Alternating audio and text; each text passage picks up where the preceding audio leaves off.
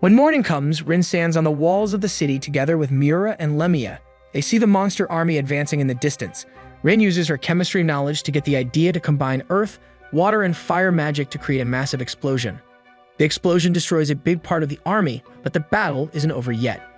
Gerard orders his adventurers to storm out, and everyone charges at the monster army, killing different monsters using weapons and magic. On a cliff, Cassim and Lodra observe the battle. Lodra has predicted everything that happens so far, but is impressed by Rin's creativity and knowledge.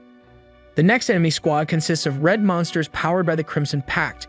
Suddenly, Tadichi, Anastasia, Milo, and Mello appear in town, joining Gerard. At the battlefield, Lemia, Miura, and Rin continue battling the monsters. Realizing she needs to use more powerful spells, Lemia asks Miura and Rin to cover her while she prepares a new spell.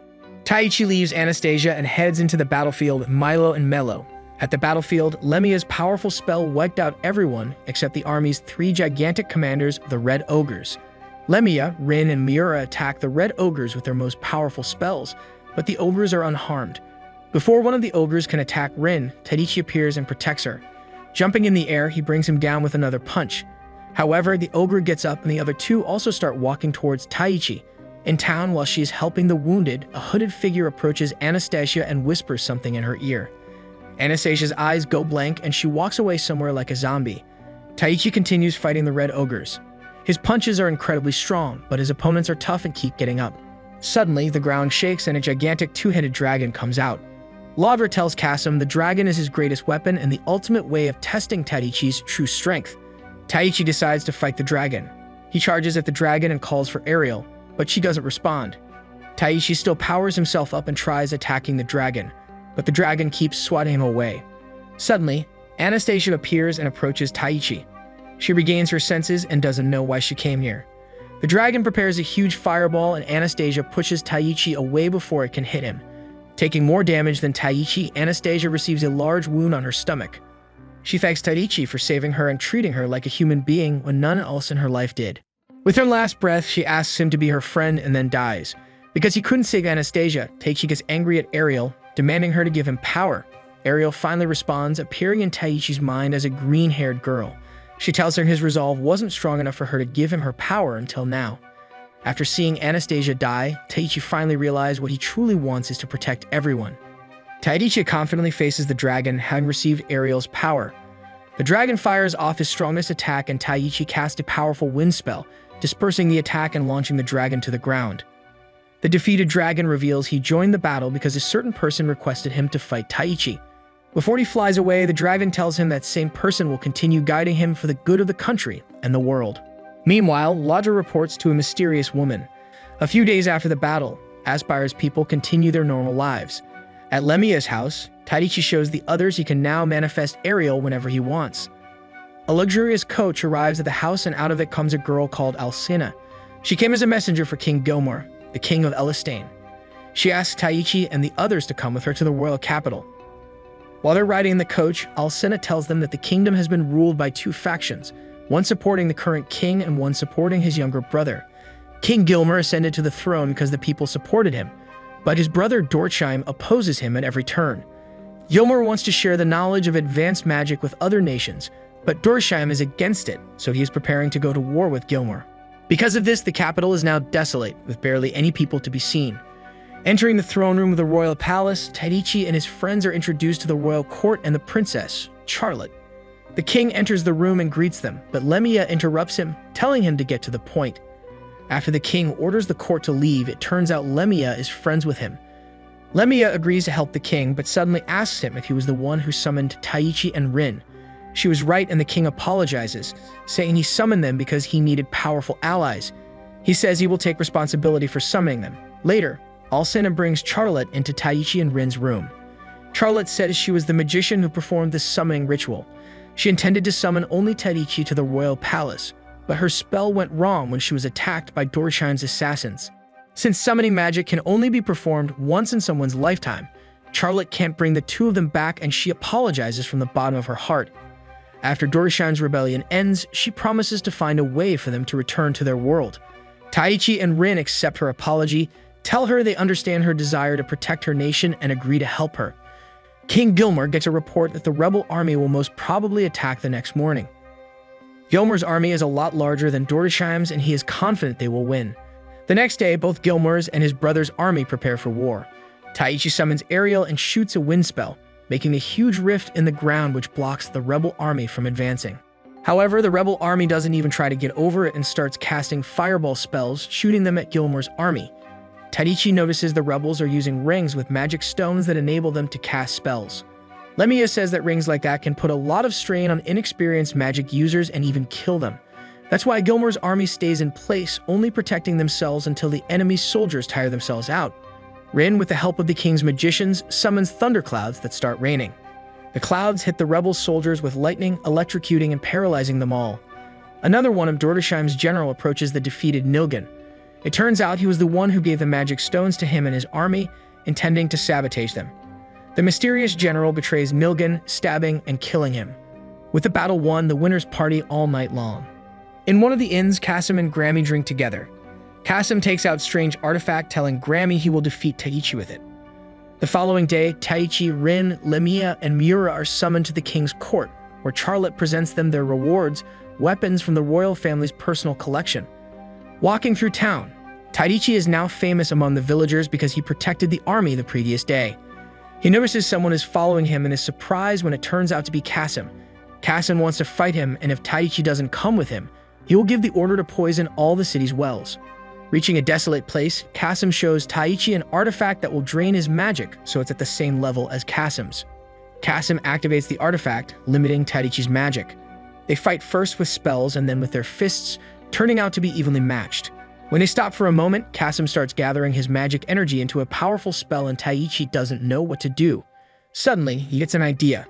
As Cassim launches his spell, Taichi fires off a flying sword slash that cuts through Cassim's spell and brings him to the ground.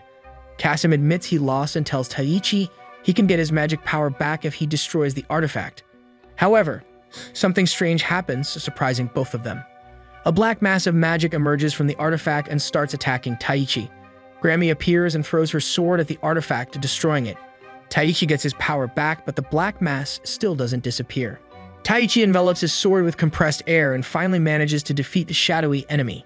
Cassim admits Taichi is stronger than him and Grammy helps him get up.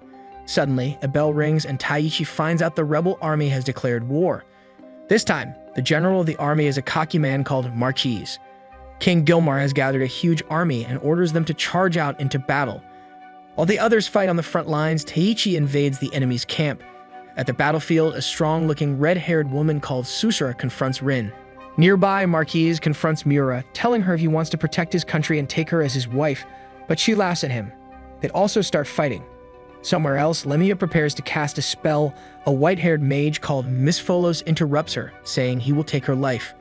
Meanwhile, Tadichi casually enters Dordesheim's tent, surprising both Dordesheim and Inimicus.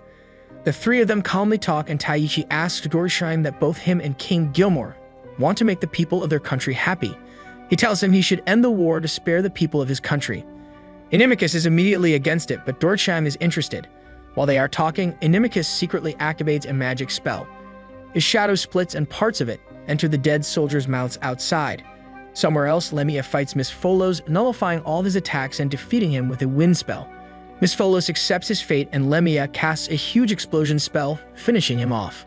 Elsewhere, when Myra sees Marquise doesn't care that his subordinates are dying, she gets angry and chants her sword with fire. Their swords clash and Marquise manages to knock Mira's sword out of her hands, but she quickly pulls out a dagger and cuts his throat, killing him. At the rebel camp, Dordesheim ends up refusing Tadichi's peace proposal. He is determined that his way is right. Suddenly, Ariel notices Inimicus has cast a spell secretly, reanimating the dead soldiers outside the tent.